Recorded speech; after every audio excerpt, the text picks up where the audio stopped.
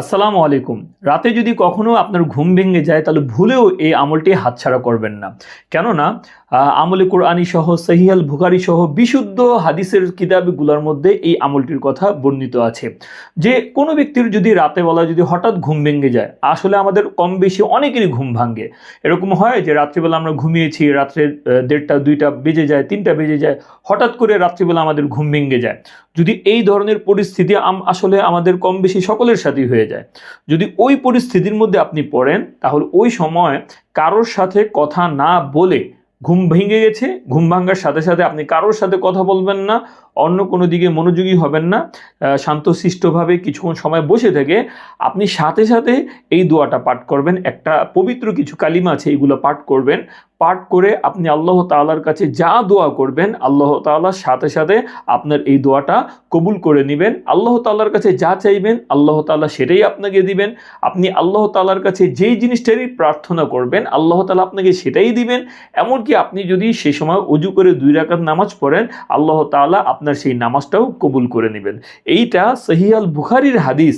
আপনি যদি সহিহ আল বুখারীর ১১৫৪ নম্বর হাদিসটা দেখেন, তাহলে সেই জায়গার মধ্যে আল্লাহর নবী সাল্লাল্লাহু আলাইহি ওয়াসাল্লাম আমাদেরকে এই আমলটির কথা শিক্ষা দিয়েছেন।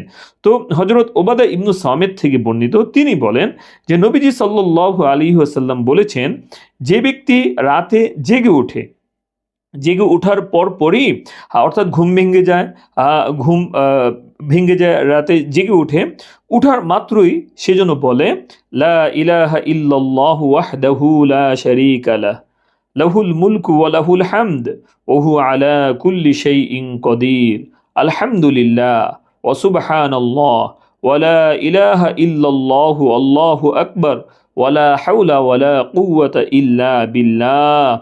এরপর সে আল্লাহ তাআলার কাছে যদি দোয়া করে যে হে আল্লাহ আপনি আমাকে ক্ষমা করুন, অথবা অন্য কোনো দোয়া করে, সে যে দোয়াই করবে তার দোয়া কবুল হয়। অথবা অজু করে যদি সালাত আদায় করলে তার সালাতও কবুল হয়। তাহলে এখানে নবীজি সাল্লাল্লাহু আলাইহি ওয়াসাল্লাম দোয়া কবুলের আমাদেরকে একটি আমলের কথা শিক্ষা দিচ্ছেন। এই আমলটির দ্বারা আমরা আল্লাহ তাআলার কাছে যে দোয়াটা করব, যে জিনিসটাই চাইবো, আল্লাহ তাআলা আমাদেরকে দিয়ে দিবেন। তাহলে আসলে আমরা কম বেশি আমাদের অনেকেরই রাত্রেবেলা ঘুম ভেঙে যায়। ঘুম ভাঙ্গা মাত্রই আপনারা সকলেই এই দোয়াটা পাঠ করে নেবেন। খুবই সহজ একটি দোয়া, আপনারা বারবার আমার সাথে সাথে পাঠ করুন।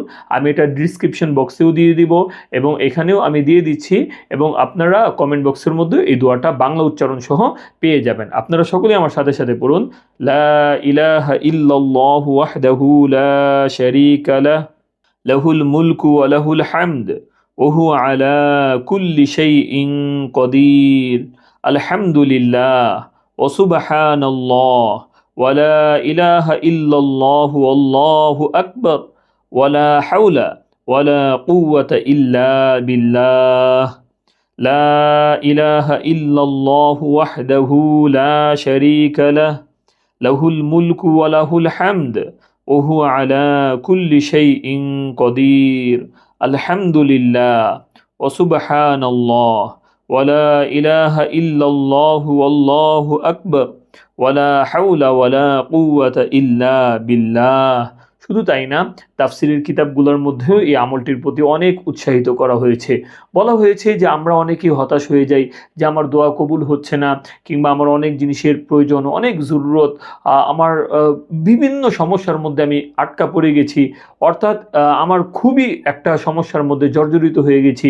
এইরকম অবস্থার মধ্যে যদি আপনি পড়ে যান যে চতুর্দিক থেকে সব কিছু বন্ধ হয়ে গেছে, আপনি ঋণগ্রস্ত হয়ে গেছেন, ঋণ আদায় করতে পারছেন না, আপনার ব্যবসা বাণিজ্য বন্ধ হয়ে গেছে, আপনার চাকরি চলে গেছে, আপনার সন্তান কথা শুনছে না, আপনার স্বামী কথা শুনছে না, আপনার স্ত্রী অবাধ্য হয়ে গেছে, আপনার সন্তান অবাধ্য হয়ে গেছে, আপনার বিভিন্ন ধরনের সমস্যার মধ্যে আপনি পড়ে গেছেন, তাহলে আপনি এই দোয়াটা মুখস্থ করে রাখবেন।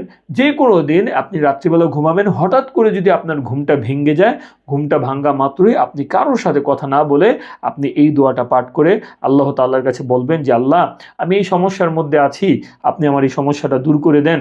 আল্লাহ আমি এই ঋণগ্রস্ত আছে, আপনি গাইবীভাবে কুদরতিভাবে আমার ঋণগুলোকে পরিশোধ করে দেন, আপনি আমার রিজিকের ব্যবস্থা করে দেন, চাকরির ব্যবস্থা করে দেন, ব্যবসা বাণিজ্যের ব্যবস্থা করে দেন, আমার পেমেন্ট আটকা আছে এটা আমার দিয়ে দেন, আল্লাহ আমার স্বামীকে আমার আনুগত্যশীল বানিয়ে দেন, আল্লাহ আমি অসুস্থ আছি আপনি আমাকে সুস্থতা দান করেন, আল্লাহ আমাকে 5 ওয়াক্ত নামাজি বানিয়ে দেন, নেক বানিয়ে দেন। আপনি সেইভাবে দোয়া করবেন। আর পারলে অজু করে 2 রাকাত নামাজ পড়বেন, ইনশাআল্লাহ অনেক বেশি উপকৃত হবেন।